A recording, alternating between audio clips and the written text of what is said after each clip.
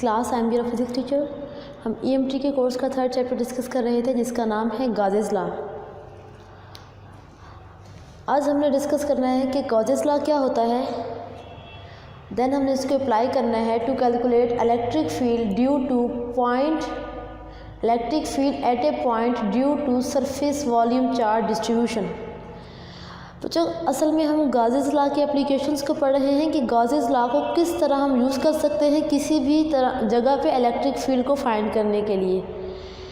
कभी हमें बोला जाता है कि आपने इलेक्ट्रिक फील्ड फाइंड करनी है और चार्जेस का जो डिस्ट्रीब्यूशन है वो एक लाइन के अलॉन्ग है, और कभी हमें ये बोला जाता है कि आप गॉसेस लॉ को यूज़ करते हुए इलेक्ट्रिक फील्ड फाइंड करें किसी भी पॉइंट पे अगर आपको चार्जेस जो हैं वो एक शीट पे स्प्रेड किए हुए मिले, चार्जेस की डिस्ट्रीब्यूशन जो हो वो एक शीट पे हो।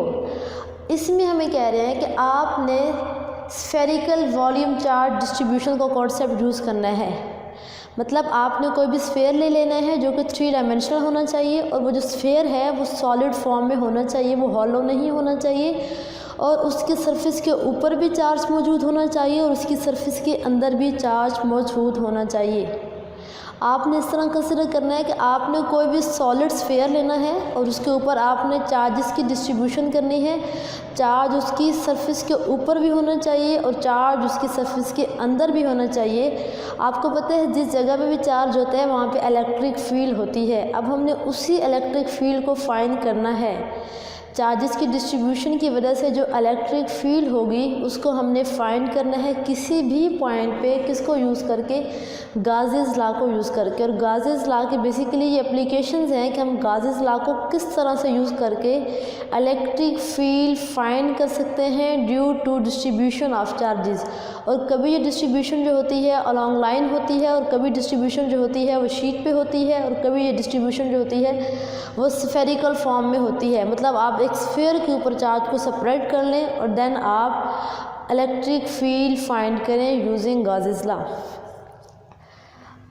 State Gauss's law. सिंपल सा क्वेश्चन है कि आपने क्या बताना है कि गॉसेस लॉ क्या होता है। आपको पता है गॉसेस लॉ क्या होता है, electric flux passing through any close surface. ये किस चीज़ को शो करता है, इलेक्ट्रिक फ्लक्स को।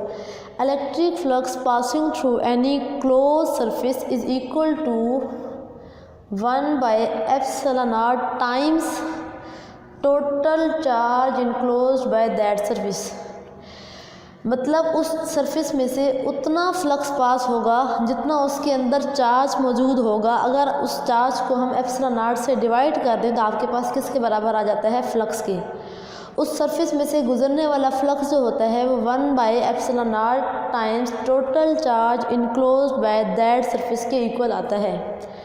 अब हम आगे बढ़ते हैं, हम देखते हैं कि हम इसको अप्लाई करेंगे गॉसेस लॉ को, और हम क्या करेंगे, इलेक्ट्रिक फील्ड फाइंड करेंगे किसी भी पॉइंट पे। और हमारे पास चार्जेस की डिस्ट्रीब्यूशन किस तरह से है, एक स्फेयर ले लें और आप एक स्फेयर के ऊपर जो है चार्जेस की डिस्ट्रीब्यूशन कर लें, और स्फेयर जो है वो क्या होना चाहिए, सॉलिड फॉर्म में होना चाहिए, उसके अंदर भी चार्जेस डिस्ट्रीब्यूटेड होने चाहिए।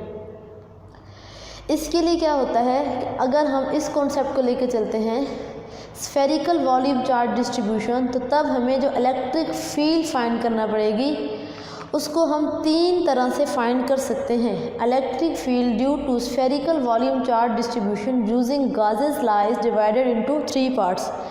कौन कौन से 3 पार्ट्स बनते हैं, electric field inside spherical volume charge distribution, electric field outside spherical volume charge distribution, and third point क्या है, electric field on the surface of spherical volume charge distribution. Simple सा कॉन्सेप्ट है कि आप समझ लें आपके पास कोई भी स्फेयर है जो अंदर से सॉलिड होना चाहिए, हॉलो नहीं होना चाहिए। उस पूरे के पूरे स्फेयर के ऊपर भी चार्जेस हैं और उसके अंदर भी चार्जेस हैं, और आपने क्या करना है, इलेक्ट्रिक फील्ड फाइंड करनी है। तो वो कहते हैं आप पहले क्या करेंगे, आप उस स्फेयर के इनसाइड जो है चार्जेस, उनकी वजह से इलेक्ट्रिक फील्ड फाइंड करेंगे। उसके बाद आप क्या करेंगे, आप उस स्फेयर से बाहर जो है ना वो इलेक्ट्रिक फील्ड फाइंड करेंगे। ये स्फेयर है, उस स्फेयर से बाहर आप किसी भी पॉइंट पे इस चार्जेस की डिस्ट्रीब्यूशन की वजह से इलेक्ट्रिक फील्ड फाइंड करेंगे। और देन आप क्या करेंगे, आपके पास जो उस स्फेयर की जो सरफेस होगी, आपने उसकी सरफेस के ऊपर भी इलेक्ट्रिक फील्ड फाइंड करनी है कि इलेक्ट्रिक फील्ड की वैल्यू कितनी आती है। तो इस लेक्चर में हम ये देखेंगे कि electric field inside spherical charge distribution, मतलब आपके पास कोई भी स्फेयर है, उसके ऊपर चार्ज आपने स्प्रेड किया हुआ है और आप उसके अंदर अब इलेक्ट्रिक फील्ड फाइंड करना चाहते हैं। इलेक्ट्रिक फील्ड फाइंड करेंगे, उन्होंने पहले ही बोल दिया कि आपने किस लॉ को यूज़ करना है, आपने गॉसेस लॉ को यूज़ करना है। आप ये समझें, ये आपके पास कोई भी स्फेयर है जिसपे हमने चार्जेस की डिस्ट्रीब्यूशन की हुई है, इसके ऊपर चार्ज है जो कि इसकी सरफेस के ऊपर भी है और इसके अंदर भी है। चार्जेस की डिस्ट्रीब्यूशन जो है वो यूनिफॉर्म है और इस स्फेयर का जो रेडियस है वो कैपिटल आर है। अब आपने क्या करना है, आपने इस स्फेयर के अंदर जो है जो चार्जेस मौजूद हैं उनकी वजह से इलेक्ट्रिक फील्ड फाइंड करनी है।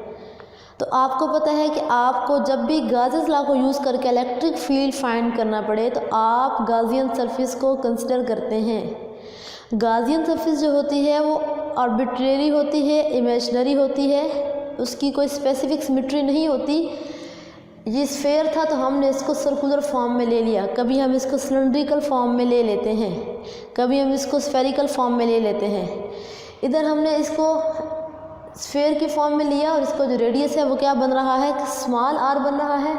अब हमने इसके ऊपर कोई भी पॉइंट पी ले लेना है और उस पे हम क्या फाइंड करेंगे, इलेक्ट्रिक फील्ड। एक स्फेयर है, आपने उसके अंदर गॉसियन सरफेस ले ली, गॉसियन सरफेस पे आप एक पॉइंट ड्रा करेंगे P और आप इस P पे इलेक्ट्रिक फील्ड की वैल्यू देखना चाहेंगे कि कितनी बनती है और इस तरह से आप इलेक्ट्रिक फील्ड फाइंड कर लेंगे इनसाइड स्फेरिकल चार्ज डिस्ट्रीब्यूशन। तो पहले भी हमने डिस्कस किया हुआ है कि इसके कुछ स्टेप्स होते हैं जो आप माइंड में रखेंगे तो आप इस आर्टिकल को अच्छे से सॉल्व कर सकते हैं। कि आपने फर्स्ट स्टेप में याद रखना है कि आपने डिस्ट्रीब्यूशन कौन सी यूज़ करनी है, क्या लीनियर डिस्ट्रीब्यूशन यूज़ करनी है, क्या वॉल्यूम चार्ज डिस्ट्रीब्यूशन यूज़ करनी है। तो इधर उन्होंने पहले हमें बोल दिया कि आपने वॉल्यूम चार्ज डिस्ट्रीब्यूशन यूज़ करनी है।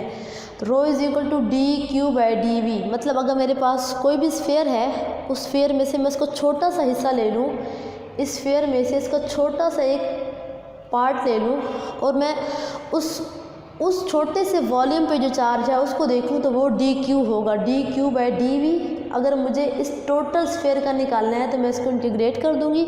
इंटीग्रेट करने के बाद आपको पता है कि स्फेयर का जो वॉल्यूम होता है वो क्या होता है, 4/3 πr³। अब आपने माइंड में रखना है कि आपने यहाँ पे कौन सा R लगाना है, कैपिटल R, क्योंकि बच्चों जो स्फेयर का जो बन रहा है ना रेडियस वो कैपिटल R है, बट जो गॉसियन सरफेस का रेडियस बन रहा है वो स्मॉल आर है।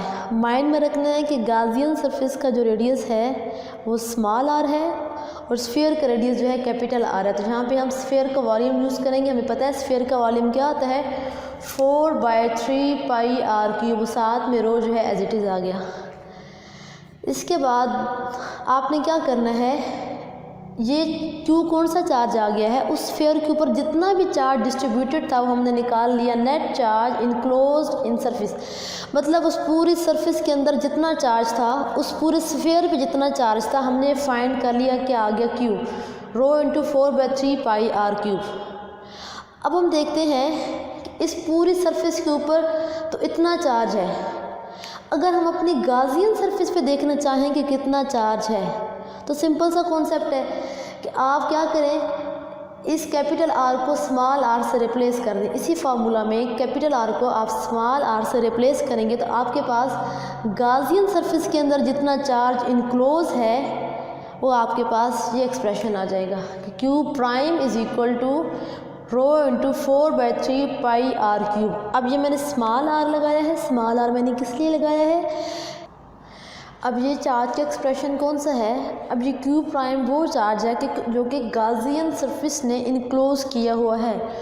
और अब हम इस Q' चार्ज जो है इसकी वजह से जो इलेक्ट्रिक फील्ड है हम उसके साथ डील करेंगे।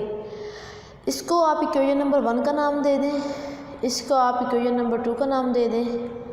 आप क्या करें, Q' से Q को डिवाइड कर दें टू इक्वेशन से आप 1 को डिवाइड कर दें तो आपके पास इस तरह का एक्सप्रेशन बनेगा।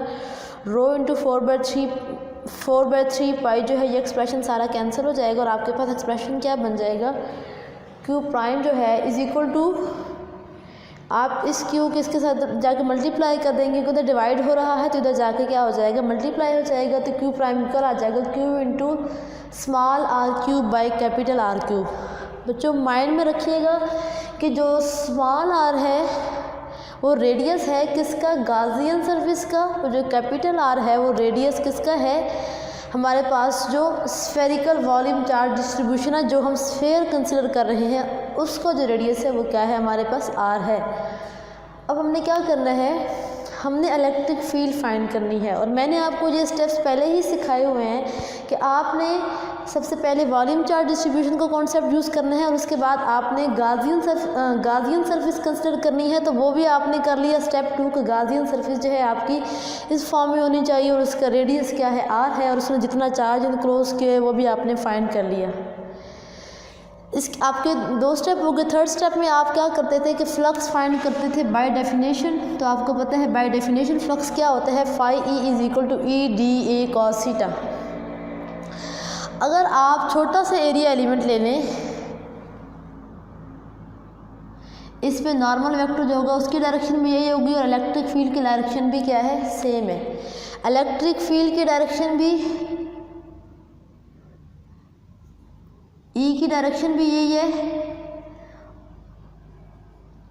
और एरिया की डायरेक्शन भी यही है। तो दोनों के दरमियान एंगल कितना बनेगा, 0। तो आप cos 0 पुट करेंगे तो आपके पास क्या आ जाएगा, 1 आ जाएगा। जब आप एरिया को इंटीग्रेट करेंगे डी ए, आपके पास एरिया क्या होता है, 4 पाई आर स्क्वायर। अब आपने याद रखना है हमने किसके एरिया की वैल्यू पुट की है, गाउसियन सरफेस का एरिया पुट किया। इसके बाद हम जो नेक्स्ट स्टेप करते हैं कि हम फ्लक्स को डिफाइन करते हैं यूजिंग गाउसेस लॉ। तो हमें पता है कि गाउसेस लॉ के अकॉर्डिंग फ्लक्स क्या होता है, phi E is equal to Q prime by epsilon naught. और आपको पता है कि क्यू प्राइम कौन सा चार्ज है, क्यू प्राइम वो चार्ज है कि जो कि गाउसियन सरफेस ने इनक्लोज किया हुआ है। और बच्चों याद रखना कि गाउसियन सरफेस आप जो भी लें, चाहे वो सिलेंडर की फॉर्म में हो, चाहे वो स्फीयर की फॉर्म में हो, जिस भी फॉर्म में हो, उसके लिए ज़रूरी है कि वो चार्जेस को इनक्लोज करे, उसके अंदर से चार्जेस का गुजरना ज़रूरी है। अदरवाइज़ हम उसको यूज़ करके फ्लक्स फाइंड नहीं कर सकते। Phi E is equal to Q prime by epsilon naught. इसके बाद आप कौन सा स्टेप करते हैं, आप इस फ्लक्स को और इस फ्लक्स को आपस में क्या करेंगे, इक्वेट करेंगे। तो आपके पास क्या आ जाएगा, ई 4 पाई आर स्क्वायर किसके बराबर आ जाएगा, Q prime by epsilon naught. इसके बाद आपने क्या करना है, क्यू प्राइम किसके बराबर आ रहा है, Q small R cube by capital R cube. तो आपने ये वाली वैल्यू जो है ये किसकी वैल्यू पुट कर दी, क्यू प्राइम की वैल्यू पुट कर दी। इसके बाद देखेंगे कि आपके पास ये आर स्क्वायर जो इसके साथ कैंसिल हो जाएगा, तो आपके पास एंड पे एक्सप्रेशन क्या बच जाएगा, Q R by 4 pi epsilon naught R cube. अब ये आपने इलेक्ट्रिक फील्ड फाइंड कर ली। अब ये कौन सी इलेक्ट्रिक फील्ड आपने फाइंड की है, electric field inside spherical charge distribution. मतलब जो आपने स्फीयर लिया हुआ था, आपने उसके अंदर वाले जो चार्जेस हैं उनकी वजह से जो इलेक्ट्रिक फील्ड आ रही थी वो आपने फाइंड कर ली और उसका एक्सप्रेशन ये आ जाता है। बच्चों आपने सिंपल सा स्टेप याद रखना है कि आप पहले वॉल्यूम चार्ज डिस्ट्रीब्यूशन को कॉन्सेप्ट यूज़ करेंगे, उसके बाद आप क्या करेंगे, गाउसियन सरफेस ने जितना चार्ज इनक्लोज किए हुए हैं क्यू प्राइम उसकी वैल्यू फाइंड करेंगे। देन आप फ्लक्स बाय डेफिनेशन को कॉन्सेप्ट यूज़ करेंगे, फिर आप फ्लक्स बाय गाउसेस लॉ, आप इन दोनों को इक्वेट करेंगे। इक्वेट करने के बाद आपने ई की वैल्यू निकालनी है और उससे पहले आपने एक काम करना है कि आपने क्यू प्राइम की वैल्यू यहाँ से सब्स्टिट्यूट कर देनी है।